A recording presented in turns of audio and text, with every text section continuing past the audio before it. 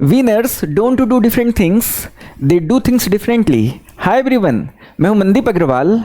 मेरा ये वीडियो उन 25 लाख बच्चों के लिए जो नीट के एग्ज़ाम देने जा रहे हैं, और इस वीडियो में मैं आपके सामने ऐसे 5 बिहेवियर, ऐसे 5 हैबिट्स के बारे में बातें रखूँगा जो टॉपर्स फॉलो करते हैं। और अगर आप भी इन हैबिट्स को, इन बिहेवियर्स को फॉलो करते हैं तो मैं आपको एश्योर करता हूँ आपका नीट में स्कोर बढ़ेगा। आप कम से कम 40 से लेकर के 80 मार्क्स का स्कोर गेन करेंगे।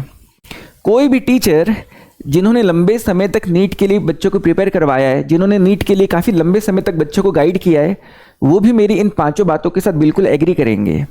इसमें जो सबसे पहला बिहेवियर है जो आपको समझना चाहिए, जो आपको फॉलो करना चाहिए, वो ये है, don't take any question to your ego. मैं फिर से रिपीट करता हूँ, don't take any question to your ego. इसको मैं भी आपको एक्सप्लेन करता हूँ मैं कहना क्या चाहता हूँ। मान लेते कि आपने किसी चैप्टर में काफ़ी अच्छी तैयारी की हुई है, आपने किसी चैप्टर को बहुत अच्छे ढंग से प्रिपेयर किया हुआ है और आप उस चैप्टर को लेकर के काफ़ी कॉन्फिडेंट हैं, और उसी चैप्टर से मान लिया जाए नीट के एग्जाम में एक सवाल आ गया। क्योंकि आपका उस चैप्टर की तरफ प्रिपरेशन बहुत अच्छी है तो डेफिनेटली आप उम्मीद करेंगे कि आपसे वो सवाल हो जाए। लेकिन ऐसा हो सकता है कि वो जो सवाल नीट के पेपर में आया था या आएगा वो आपसे नहीं बन रहा। हो सकता है कि वो सवाल किसी वजह से आप नहीं बना पा रहे, क्योंकि वहाँ का टेम्परामेंट अलग होता है। हो सकता है कि उस दिन आपसे वो सवाल नहीं बना किसी कारण से, और आपने क्या सोचा कि नहीं यार, मैंने तो इस चैप्टर में काफ़ी समय बिताया है, इस चैप्टर में तो मेरी काफ़ी अच्छी कमांड है, और आपने उस क्वेश्चन को अपने ईगो पे ले लिया और अब आप उस क्वेश्चन को सॉल्व करने लग गए, और आपने उस क्वेश्चन को सॉल्व करने के चक्कर में 15 से 20 मिनट का समय दे दिया। अब अगर 15 से 20 मिनट का समय देने के बाद आपने उस सवाल को अगर करेक्ट कर भी लिया तो भी तो आप कंपटीशन के बाहर हो गए, क्योंकि डेफिनेटली 15 से 20 मिनट अगर आप किसी एक क्वेश्चन की तरफ दे देते हो तो आप कंपटीशन के बाहर हो जाओगे। और इसीलिए आपको नीट के एग्जाम वाले दिन किसी भी क्वेश्चन को अपने ईगो पे नहीं लेना चाहिए। नो मैटर कि आपका किसी चैप्टर में कितना अच्छा कमांड है, आपकी कितनी अच्छी प्रिपरेशन है, अगर आप एक सवाल को सॉल्व कर रहे हैं और अगर उस क्वेश्चन को सॉल्व करने के लिए आपको 2 से 3 मिनट का समय लग चुका है और अगर वो समय और डिमांड कर रहा है, तो मैं आपको रिकमेंड करूंगा कि आपको उस क्वेश्चन को स्किप करके नेक्स्ट क्वेश्चन की तरफ मूव कर जाना चाहिए, न कि आपको उस सवाल को सॉल्व करने के लिए और समय देना चाहिए।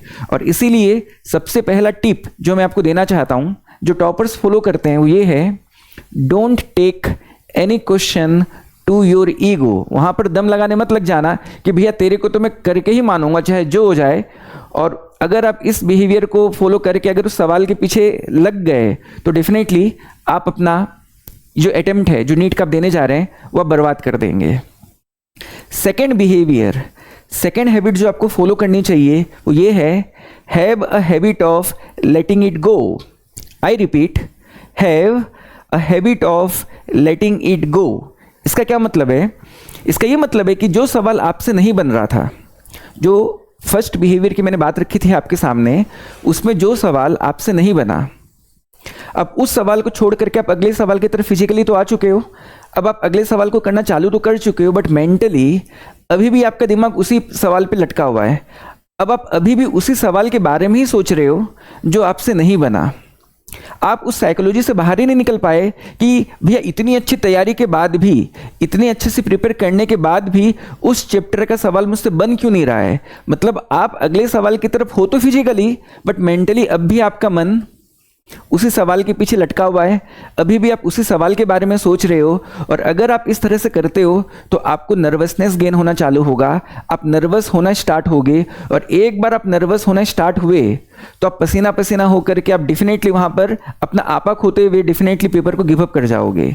और इसीलिए अगर आप किसी क्वेश्चन को छोड़ करके नेक्स्ट क्वेश्चन की तरफ मूव किए हो तो आपको खाली फिजिकली मूव नहीं करना है, मेंटली भी आपको आगे बढ़ जाना चाहिए। आपको न बनने वाले सवाल या जो नहीं बने आपसे, उन सवालों के बारे में आपको ज़्यादा सोचना नहीं है। आपको ये काउंट करना है कि अभी भी काफ़ी सवाल हैं जिनको अगर मैं करेक्ट कर लूँ तो भी मेरा सिलेक्शन हो जाएगा। और इसीलिए आपको फिजिकली एंड मेंटली दोनों तरीके से आगे बढ़ना होगा, तभी जा कर के आप नीट में अच्छा स्कोर कर पाएंगे। जो मैं आपको थर्ड बिहेवियर के बारे में बताना चाहता हूँ वो ये है, don't expect anything. I repeat, जो थर्ड बिहेवियर जो आपको रखना है अपने अंदर वो ये है, डोंट एक्सपेक्ट एनीथिंग।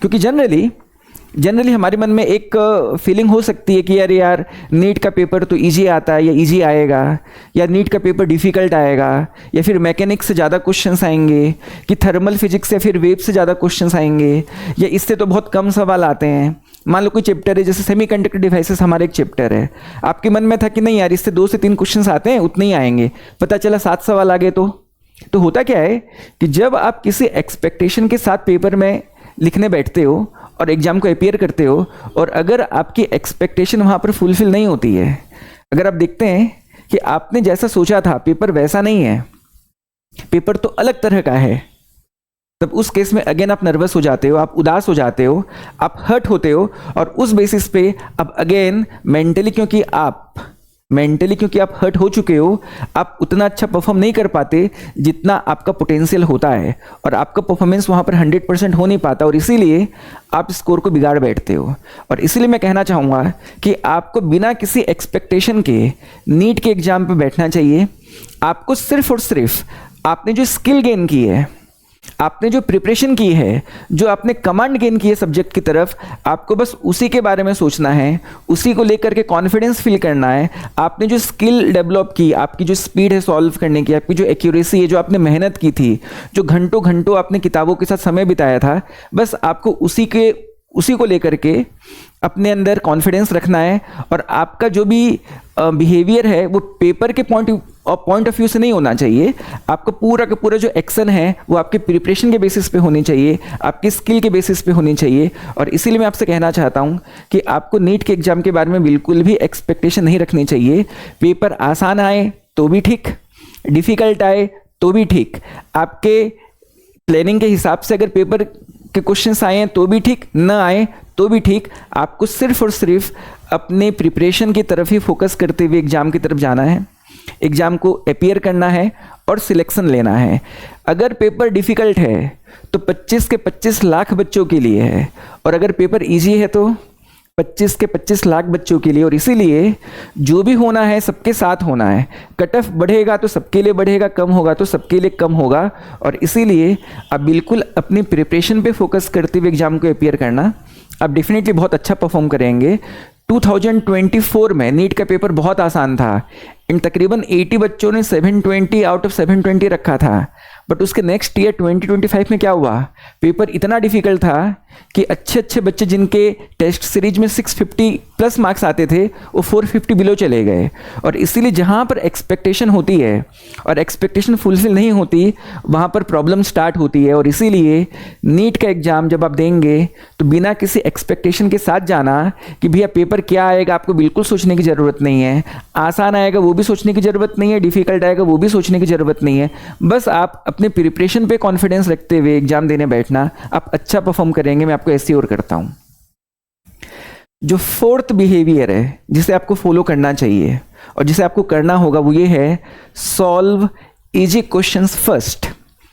आपको नीट के एग्जाम वाले दिन इजी सवालों को सबसे पहले करना है। डिफ़िकल्ट क्वेश्चंस जो आपको लगता है कि अरे यार ये सवाल तो टाइम कंज्यूमिंग दिख रहा है, इस क्वेश्चन को सॉल्व करने के लिए मुझे सोचना पड़ेगा, मुझे प्लानिंग करनी पड़ेगी, मुझे थोड़ा समय दे करके उसे सॉल्व करना पड़ेगा, आपको थोड़ा दिमाग लगाना होगा। अगर आपको इस तरह का कोई सवाल दिखता है तो आपको उस सवाल को स्किप करके ईजी क्वेश्चंस को सबसे पहले अटेम्प्ट कर लेना चाहिए, क्योंकि ईजी क्वेश्चन को सॉल्व करने के लिए भी आपको 4 मार्क मिलने हैं, डिफ़िकल्ट क्वेश्चन को सॉल्व करने के लिए भी आपको 4 मार्क ही मिलने हैं। और डिफ़िकल्ट क्वेश्चन को सॉल्व करने के लिए, लेंदी क्वेश्चंस को सॉल्व करने के लिए, टाइम कंज्यूमिंग क्वेश्चन को सॉल्व करने के लिए आपको ज़्यादा टाइम देना होगा।